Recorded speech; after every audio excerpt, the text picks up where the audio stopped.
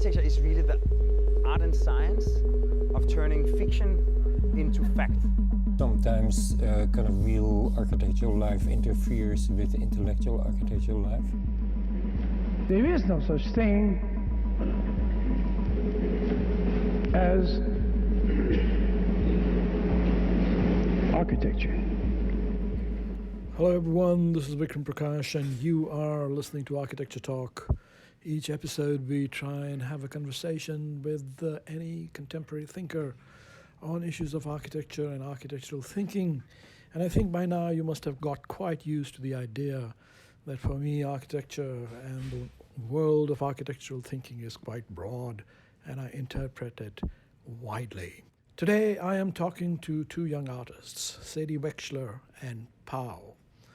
Both of them have put together a fantastic show called The American War, which examines cross-culturality and the trauma of war that we know here in the United States as the Vietnam War. Good friends from grad school, they have collaborated on a fascinating venture. Here we go. I hope you enjoyed the conversation. So first of all, Sadie and Pa, welcome to Architecture Talk. So excited to be talking to you here today. I visited your quite fantastic exhibition in this new gallery space above King Street Station here in Seattle. And this exhibition that you have entitled The American War has, I think, about 40. You're describing these as objects, at least in the literature, that talk about the war between America and Vietnam, and of course, the covert war in Laos. Now, Sadie, you are described over here. You're not described as the former editor and publisher of Architecture Talk, but that's okay. But you're described over here as a person who grew up in America, a white U.S. citizen whose family protested the Vietnam War. And Pa, you are described as a Hmong American. How do you say that? Hmong American, yes. Hmong American who arrived in the U.S. as a refugee from Laos, and whose family and homeland were directly impacted by the American war in Vietnam. And further, your show notes say that the exhibition examines the complicated connections and the rippling effects of war on the people and the countries that have been impacted, but that it also addresses how openness, curiosity, and dialogue are catalysts for new and deeper relationships and learning. Yeah. So all this is extremely fascinating for me because, in a sense, I reviewed this exhibition as a complete outsider because I grew up in India. We sort of vaguely heard about the Vietnam War, but certainly not the level of trauma that it is certainly, in Laos and Vietnam and Cambodia, and in the U.S. imagination. I really learned about the enduring trauma of the war after coming to the United States and being introduced to this culture over here. So it's a learning process for me. And the two of you, with these different fascinating biographies, coming together in your, I understand, graduate education at Yale, I think, in art school, right? Yes. You came together, you sort of became friends, and then you continued a collaboration where Sadie, you went with Pa, I think, several times to Laos and photographed the work over here. So we'll get into the question of the difference of perspective from the two different sides. Actually, let's begin with that. So, Sadie, let's start with you. What did you learn from your visits to Laos that we might be looking for in this exhibition? Yeah, well, it's hard sometimes for me to differentiate like what I learned, what comes through in the pictures and what doesn't. But I think For me, it was a real education in knowing about kind of the Vietnam War, in quotes, like as something that had been talked about my whole life and I'd been exposed to, but knowing very little about like what actually happened, the sequence of events, why we were over there, kind of knowing about the protests, knowing how pivotal it was in the country, knowing it was a really important event, but just the specifics were very Mhm. vague. So I think like coming to know Pa, um, and starting to have conversations with her about her experience in the aftermath of the war and during the war, and Mhm. and then, going with her family there was really, for me, about like just untangling all the stories and bits of information I have, and then beginning to kind of untangle all the new information I got while in Southeast Asia. From my perspective, this is like a pretty sensitive subject, or like something that feels like challenging to address with Mhm. For photography, sure. as especially like a white American. Like, what right do I have to like go to Laos and like make pictures of this country that I have very little like physical connection to, or biological connection to, when there's so many folks that are from there that or have direct experience that should be able to have a voice. So for me, like, I was very careful in trying to use my photographs to speak only from my perspective, really trying to not tell anyone Mhm. else's story. And just focus on my little wormhole. So I think there's a lot of things that I took in and I learned and um, became exposed to that aren't evident in the work. Like, there's really no pictures of mine of people for the most part, Right. and that's intentional because it just felt too tricky. So that's kind of my perspective going in. Yeah, let's hear Pa's perspective on this. So, Pa, Sadie seems to has suggested that coming in as a, let's say, white American perspective, she felt she had to tread very, I don't know, my words, tentatively, gingerly over the subject being in Laos. How do you respond to that? What is your feeling about that? I mean, I think that Sadie and I have had many conversations, right, where we've talked about other people's work who parachutes into communities that they aren't in or that they aren't familiar with, right, and make photographs of the Hmm. people, and then get rescued and comes back out, right? So there are a lot of photographers that do that, and Sadie and I have been. I mean, we have countless conversations about that. We had conversations about that in graduate school, and we continue to have conversations about that within our friendship over the last 8, 9 years. So you think the position is justified? It's a good position to sort of. I mean, this is more than other cultures. This is a culture which, a sort of another culture which is connected by the very specific event of war. I do think that it is justified and that Sadie's photographs are all the work that she makes, like she's super invested. It's not a one-time trip, right? So Sadie did not go to Laos with me, make that work, and then have that be the end of it. Sadie actually went back 2 other times by herself, which is remarkable given that it's this third world country where not everybody can speak English, right? And that Sadie has to like navigate the country all by herself, right? Right. So I think that there's like that in that sort of investment, right, is really important, and also the sensitivity that Sadie has shown to the subject matter, and then most importantly, like the work. I think is really, really important too. Okay. There's something really wonderful about that, especially coming from somebody, like myself, who has lived my whole entire life having to read about Hmong people from National Geographic. Why did you have to do that? Aren't you sort of descended from Hmong people? I am. So I'm Hmong, Yeah. right? And I did come here in the United States in 1986, and at that time, like Hmong people were like virtually unknown. We weren't Vietnamese. There was a huge disconnect between Hmong and Vietnamese, and Hmong and their role in the Vietnam War.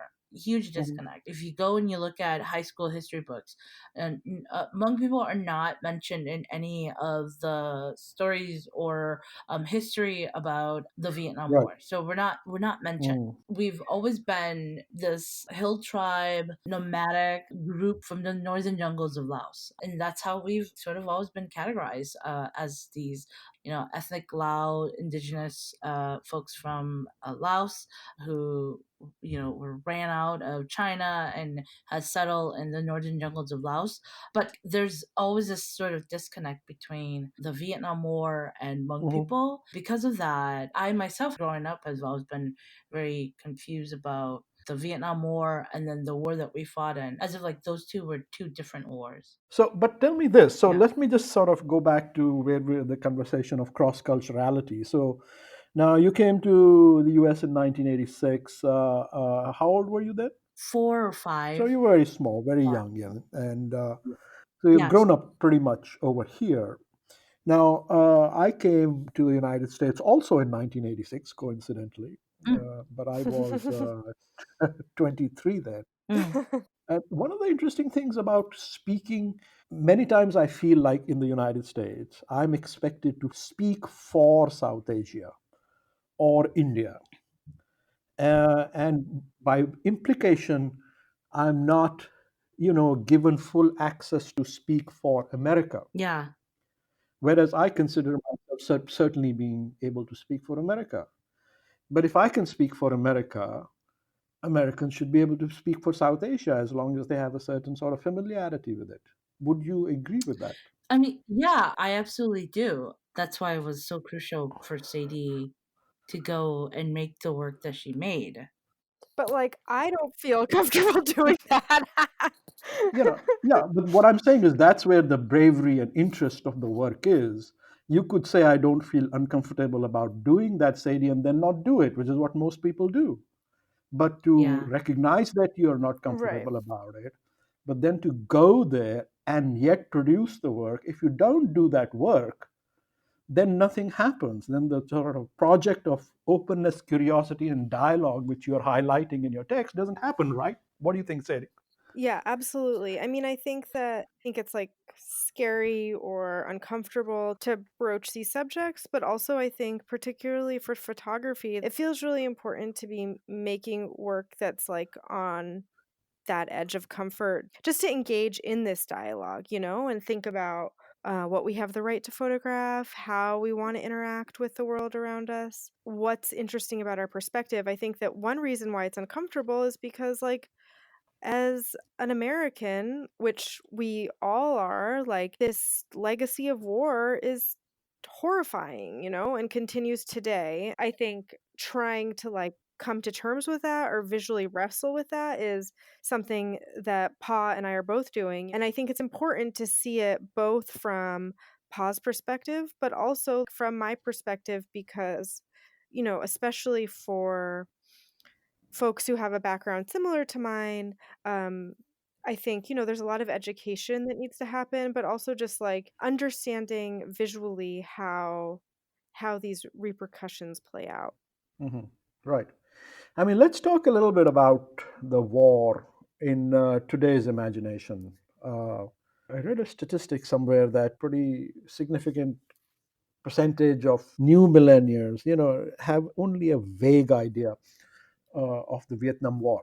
But not to go down that, sort of blame route. But what I'm trying to get to is 50 years on, what is your sense as collaborators, friends, and as people connected with various communities in America and Vietnam, Laos?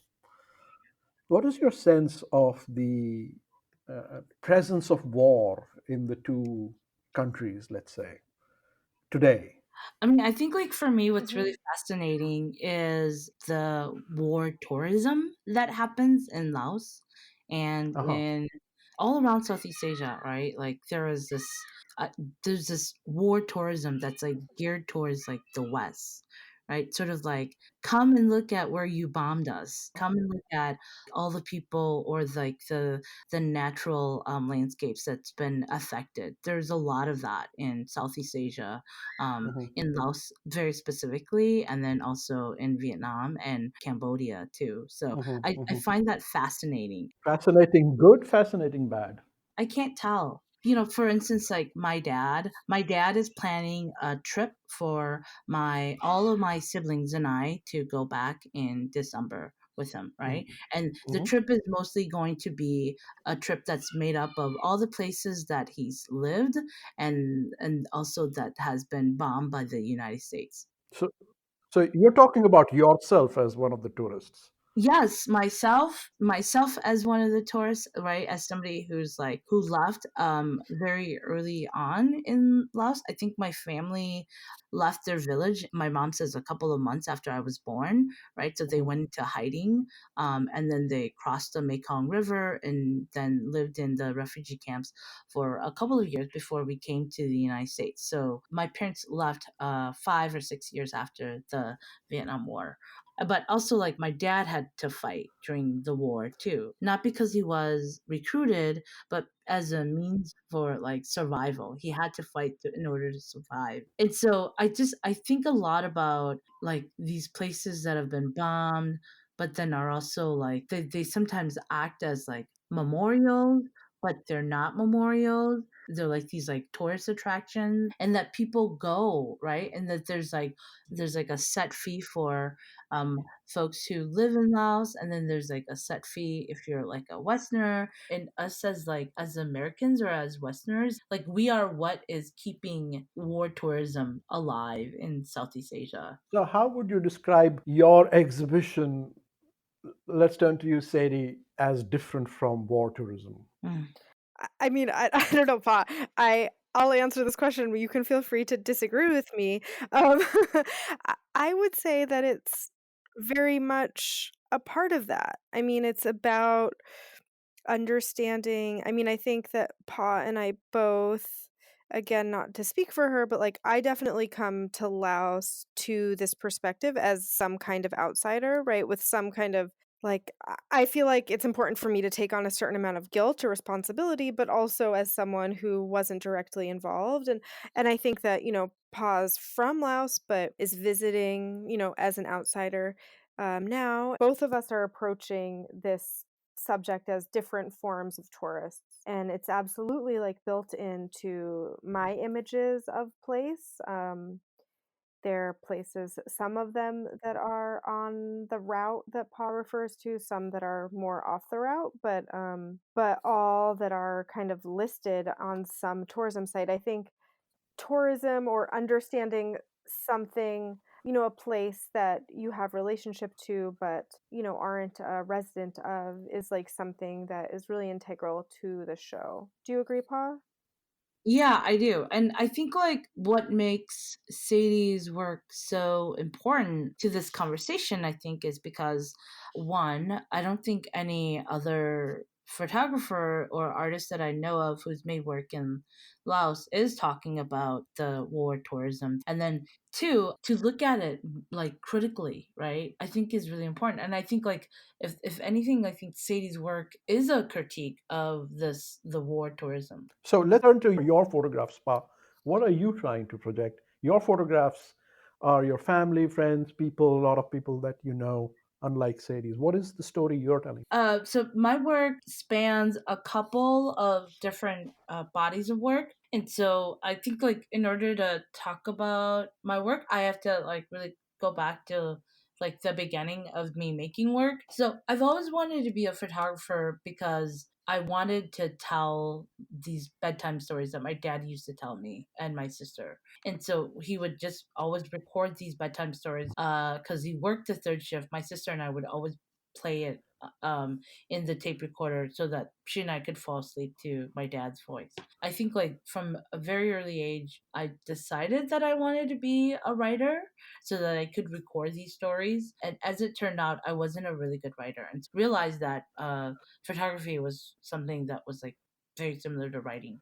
Really early on in my photographic career, really decided that I was only going to make work within the Hmong community. And so I've been slowly building these bodies of work. Really ultimately, Vikram, the Vietnam War is the root of all of this work. You know, it was because of the war that we were uprooted from our homes.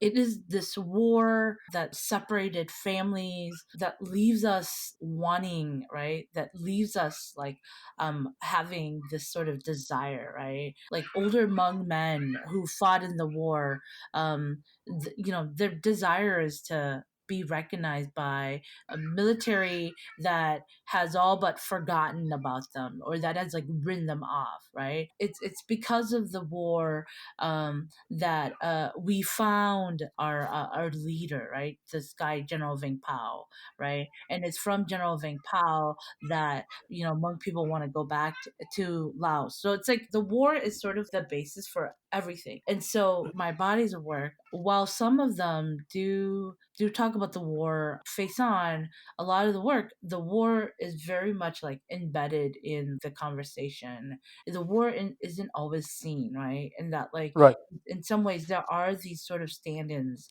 for the war, whether it is Hmong men in military uniforms or a picture of my cousin who it didn't make it to the United States and had to go back to Laos after staying 3-4 years in the refugee camp. It's about me returning back to Laos and making photographs of these people and these places. When you're looking at the images, I hope that the war is becomes a sort of constant thread. So, yeah, it seems to me that while war is the kind of shuttle between the two sets of works, to a certain extent, it seems to me, Pa, your work is about remembering and trying to make sure things don't get forgotten about the Right. people and the places you come from. Whereas, to a certain extent, in the white American imagination, and to a certain extent, Sadie's, your work, it's about revising memory and to a certain extent, trying to not erase, but sort of put away the trauma of war. I don't know if that's entirely true. I think for me, my work is invested in engaging in, the American War, specifically as a way to understand and to kind of highlight the trauma, to not revise or forget, but like to remember, to bring to the forefront Yeah. Mm. the impact that we have around the world, but in Laos specifically, and within cultures, and I think that the show together acts to memorialize a certain relationship. Pause, alluding to General Vang Pao, who worked with the CIA and were very close, shared a base together. The CIA and these like fighters, these kind of ex Air Force men were like working side by side. They were working very collaboratively, if very unequally, to try to ward off, communism, whatever that means. So I think that like, Pa and I working together in this way is sort of, it feels natural to the topic and it feels like kind of important to have this dialogue. Reenacting. Yeah. Hmm. Hmm.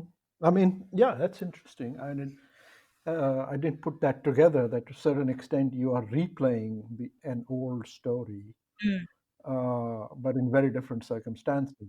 Yeah, or like a relationship, a really important relationship. I think that the people who worked with Hmong folks in Laos like have a really strong connection to the Hmong folks, those vets, and vice versa. There's a real strong allegiance of Hmong folks to the United States because of the history as well. I hadn't fully realized that the Hmong generals were working with the CIA. So, is that a factor in your work? Yeah, so there is one man, his name is Vang Pao, and he was a Royal Thai fighter. So when the French colonized Laos, he helped with that. He was a fighter. When the CIA came to Laos in 1960, mid 1960s, they sought this guy out, Vang Pao. What they asked of him was for him to find other Hmong fighters to help the Americans, and that's exactly what he did. So how does this play out in your work in today? So this This doesn't history. play out like literally in my work, but I think that, especially in the veterans work, he's very much a part of that. His insignia is in some of the photographs. He's also been able to like make his own medals that he then gave out to Hmong fighters, Hmong Vietnam War veterans before he died. After he died, his wife made a bunch of medals and pins, and so they were given out. But he's like a figure that I am always and constantly thinking about. So what is your thinking about him today? What's really fascinating is that Hmong people revered him. He's sort of like this sort of mythical creature, almost like a deity. We have Hmm. pictures of him in our household. Framed and on the wall. Framed and on the wall. And sometimes he's even in a shrine. Sometimes we'll even pray to him. I mean, that's how crazy he is. And he's this sort of regular monk guy. No, he's not regular Mangbai. It's a We attribute a lot of our success to him. We think that the reason why we are in America is because of him. land of the free, home of the Yeah, brave. absolutely. Absolutely. So he's a sort of really, he's a very interesting figure. And what's really fascinating about him is that in 2008, 2009, the FBI actually arrested him and tried to convict him with trying to overthrow a government. He was quote unquote like caught buying weapons or trying to buy weapons to send to fighters in Laos to try to overthrow the Laos government. Those charges have since been dropped, and they were dropped like a couple of months before he died. Yeah, okay. But what I'm trying to get to is, I mean, what things I think comes across very clearly is that, the story is never quite so No, straightforward as good guys on this side. It's complicated because in a sense, Sadie comes from a family of long committed war protesters, and you come from a long history of complicity with the CIA. But that doesn't mean that they're all straightforward. Which brings me to this sort of question of the archive. You know. You describe your work as being put together not as war tourism but as an archive. I'm very curious about that, and the show is organized, and here we can talk about architecture directly.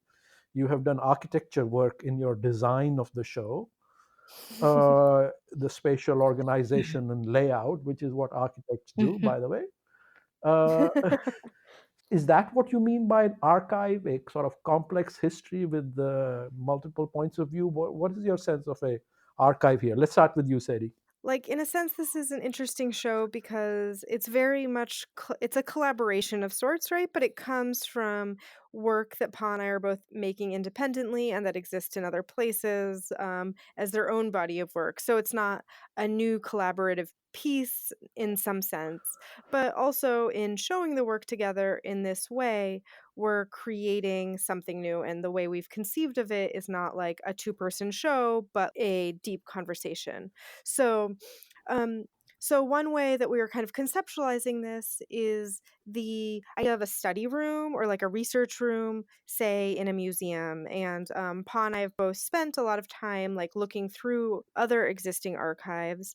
I mean, I think we've both looked at like archives in, museums and, educational institutions, but then also like I've been looking at the National Archives in DC and spent some time out there. And, Pa has been working in Hmong archives in Minnesota.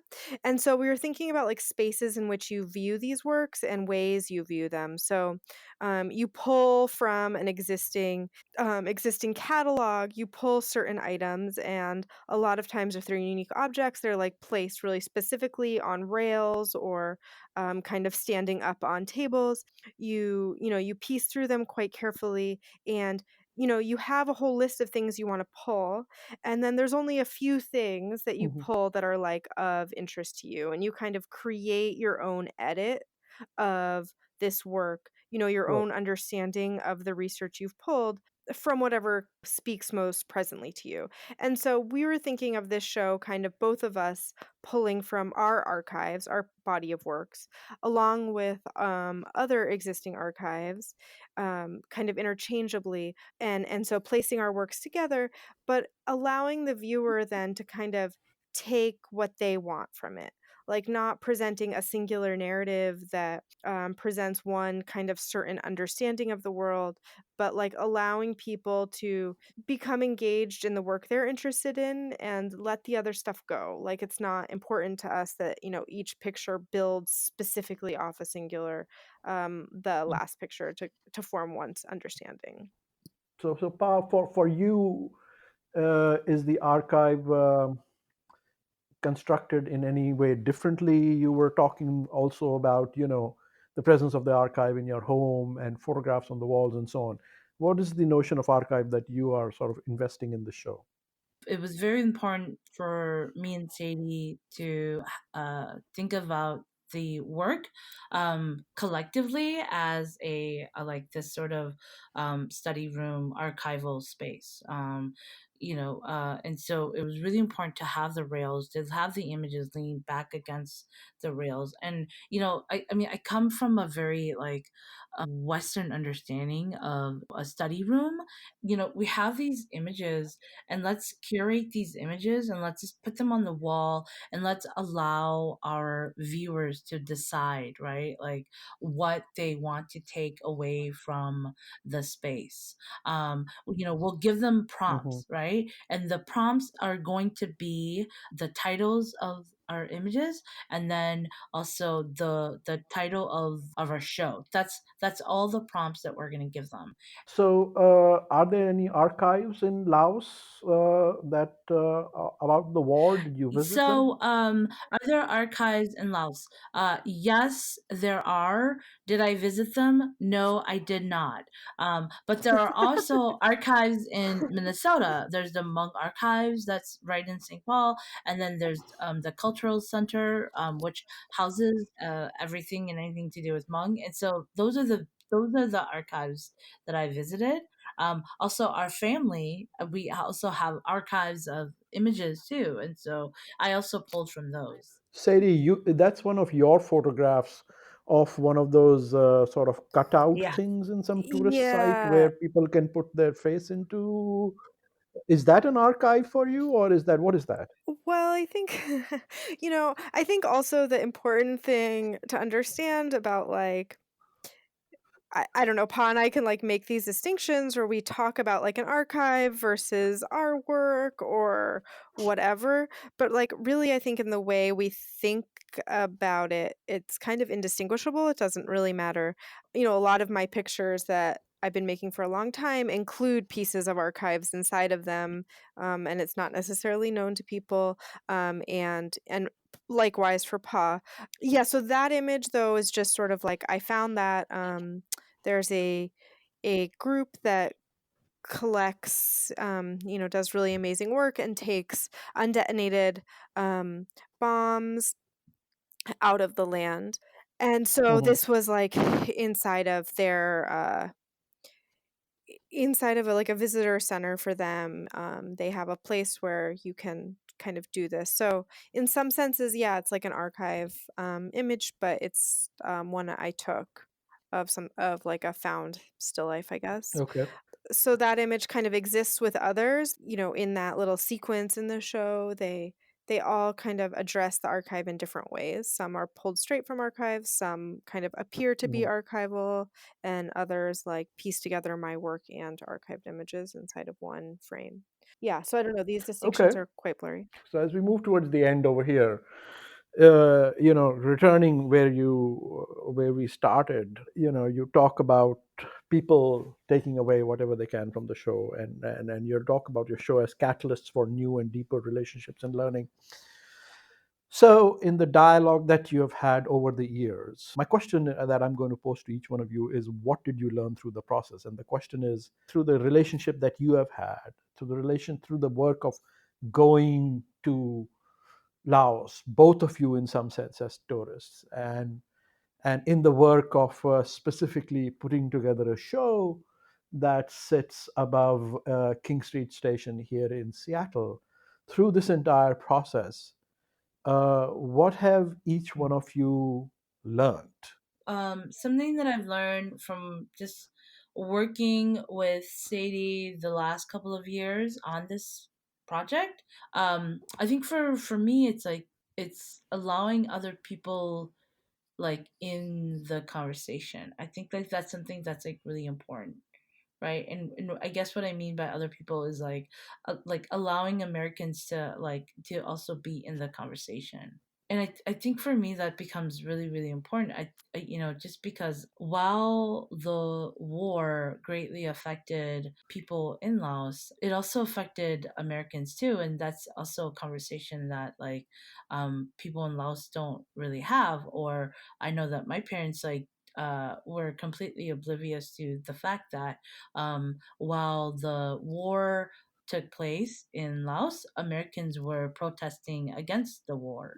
Just until really recently, my parents were not aware of that and were completely baffled as to why. Just allowing these sort of dialogues to happen. So, how did you explain to your parents that there was protest in America? So during the Iraqi war, there was a lot of protests, and I remember saying something to the effect of going, "Oh yeah, well this isn't new. Americans also protest the Vietnam War," and my mom just go, "What? Like what?" And then like having to go through like this sort of history lesson with her and say there were a lot of Americans who didn't want to like participate in the war, right? So they either dodged the draft or they were completely protesting against the war in 19 in the early 60s, and also all the way up to like until Americans pulled out in 1975. What did your mom say when My you said parents were explain that completely history? baffled as to why people would do that. When I mean there's this sort of understanding that like entering into a war is this sort of like national agreement, right? That everybody has to agree to go into war. And why would Americans do that? Do they look as protesters as traitors? I think my parents were really surprised that people opposed the war. That idea that like you can go out and you can physically oppose a war and not have anything happen to you is very like it was this very new idea for my parents. Because they come from a country where you can't Free you speech. can't do that. But also, so going back, having to work with Sadie and like the things that I've learned is wonderful things happen when you when everybody comes to the table and is able to talk about this openly. Okay, Sadie, your turn. You can't escape this. um, I mean, What I did you learn? think that just working with Pa and having this kind of ongoing, fluctuating conversation. I mean, I think again, I've just like learned so much. It's hard to sort of pin down one thing, but I think specifically just like Pa's openness and bravery in the face of small and large obstacles in the world has just been like so wonderful to get to kind of experience and then be like part of. So I think, just being able, like, I think to make mistakes and like talk through things and, try to tread lightly, like in these tough subjects, but also like know that you can always edit them out later and that, like, her real openness to me and letting me in. I just feel so grateful, and I feel like I've learned so much just like from the example of Pa in the world. It's just like such an honor to get to make work alongside her, so see how she works, like talk about it, have this show together, and formalize this relationship, in a really specific way. So, what is interesting about the openness, Pao's openness? Or I sense in that she would be totally justified in telling you to go to hell. Well, I mean, I think I think Paul like invited me in and was like, Sadie, no, come with me to Laos on this trip. Like, I think it'll be good, and I'm like, really? And she's like, yes, come with my family. And then I'm making work and I'm like, should I be making work? And she's like, yeah, make the fucking work. Just try. Just like keep on trying. And I'm like, okay, I guess I will. And then kind of going back on my own, I think her openness without hesitation, this invitation was just, it allowed me to kind of engage, be able to ask questions from an outsider perspective. It's just like so complicated to kind of get into the inner workings of it. And I think Pa's ability to, allow me to hear like her family's perspective, but then also hear like her perspective that has many kind of ways in. And so, yeah, I just think like being able to like witness that. And then I think also just like Pa and I have this sort of wonderful way of like bouncing off of each other a little bit. Like she's like really good at making fast decisions and like kind of moving through the world with like a lot of certainty, but like has limits and like certain, places in Laos she would not go, and like things that that she wouldn't do, like has her own limits. And so while like we kind of pick up on each other in that way, like together, I think that it's like really fun to like feel the force of how our energies work. Definitely think it's true. I think it's so important when when there are a lot of voices, right, to speak about something. It helps to clarify, and it helps to heal, and it helps to understand a situation better. I think that's with anything. And I feel like photography Yeah, can definitely be the venue for that. And that like my voice is important. It is not the only important voice in the discussion of the war, right? And that like there needs to be other voices too. I sense in your statements, Sadie, the idea that of Pa's openness and invitation and access to Laos, and collaboration and friendly dialogue. Is there a idea of redemption and forgiveness in that? No. I don't I Yeah. don't think the redemption is possible. I mean, I think that like uh no. I mean, I think my work is like interested in like taking personal No. responsibility, like taking on almost more responsibility than I realized was there. I think redemption um should not be obtained. Like I think understanding and relationship and like Uh-huh. the spreading of love and like um understanding things from different perspectives, though all of those things should be obtained, but like we're stuck, like no forgiveness. I No mean, forgiveness. the it's like these atrocities are never ending. Pao, no Pa, no forgiveness. Okay. All right, all right. Well, it's been great to talking to both of you. Fascinating conversation, multifaceted with many open, further new questions for me. We could go on forever, but it's time to bring this to an end. Thank you very much for being on Architecture Talk. Thank you so much.